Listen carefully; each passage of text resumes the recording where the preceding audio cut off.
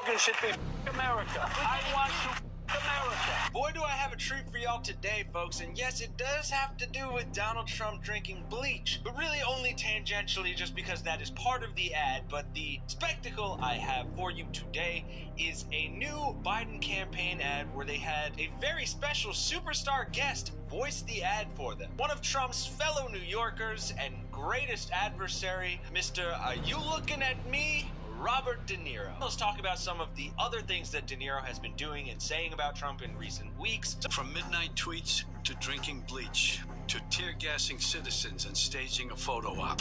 We knew Trump was out of control when he was president. Then he lost the 2020 election and snapped, desperately trying to hold on to power. Now he's running again, this time threatening to be a dictator, to terminate the Constitution. If I don't get elected, it's going to be a bloodbath. Trump wants revenge, and he'll stop at nothing to get it. I'm Joe Biden, and I approve this message. And that spot, appropriately named Snapped, is just the latest in a slew of anti-Trump Biden ads that have been put out by the Biden campaign. And this one seems like a perfect tag team because Robert De Niro, in recent months, as you may recall, has gone on some absolute tirades about Donald Trump, just eviscerating him. Whether it's on Bill Maher or The View, he has been very vocal about his feelings towards Donald Trump, and he is not afraid to lay it all on the line when talking about him. Here he is on Bill Maher from a couple months ago. So why is Trump winning? I mean, the New York Times poll this week came out, and maybe this will change it with the State of the Union address, but Trump was beating him rather soundly. It was quite a warning light, 48-43, also winning way more among women than he had before, winning outright Latinos. What do you attribute that to? I don't know. I just don't want to feel the way I did, and many of us don't, after the election in 2016, where we couldn't believe that it happened. The guy is a total monster, and anybody, I don't understand it. I guess they get behind that kind of logic. They want to fuck with people, screw them, because they're unhappy about something. He's such a mean, nasty, hateful person. I never play him as an actor because I can't see any good in him. Nothing. I mean, pretty disparaging from the get-go, but you gotta respect that I would never play him as an actor because he's just too terrible of a person. Nothing at all. Nothing redeemable in him. And we have to, and whoever the people are who want to vote for him, and they look like intelligent people around there, for some reason, it can't be. It cannot be. If he wins the election, he won't be on the show anymore. He'll come looking for me. There'll be things that happen that none of us can imagine. And it does come off as funny, but it is true. Like, Donald Trump literally says he will come after all of his opponents. And who's to say that friggin' Robert De Niro wouldn't be on that list? That's what happens in that kind of a dictatorship, which is what he says. Let's believe him. Take him at his word. I did from the beginning. Yeah. I mean, I said from the very beginning, this guy is never going to concede power, and he still hasn't. No. He still hasn't. He just admitted he lost the last election, and he advertises that he will go on. He says he's been cheated out of one term, so maybe we should get rid of the a president only gets 2 terms thing. So he's a sociopathic, psychopathic, malignant narcissist. You heard it from Robert De Niro. He is a malignant narcissist. And speaking of that, our newest episode of Shrinking Trump, where 2 world-renowned psychologists talk about Trump, his dementia, and his malignant narcissism, offering insights about Trump's mental state. And Biden has just been pulling in studs for his advertising campaigns. Great ads, great people in them, support from Barack Obama, tons of people at his fundraisers. So someone on his team is doing something right, clearly. The spokesperson for the Biden-Harris 2024 re-election campaign, Adrian Elrod. Adrian, so good to see you this morning.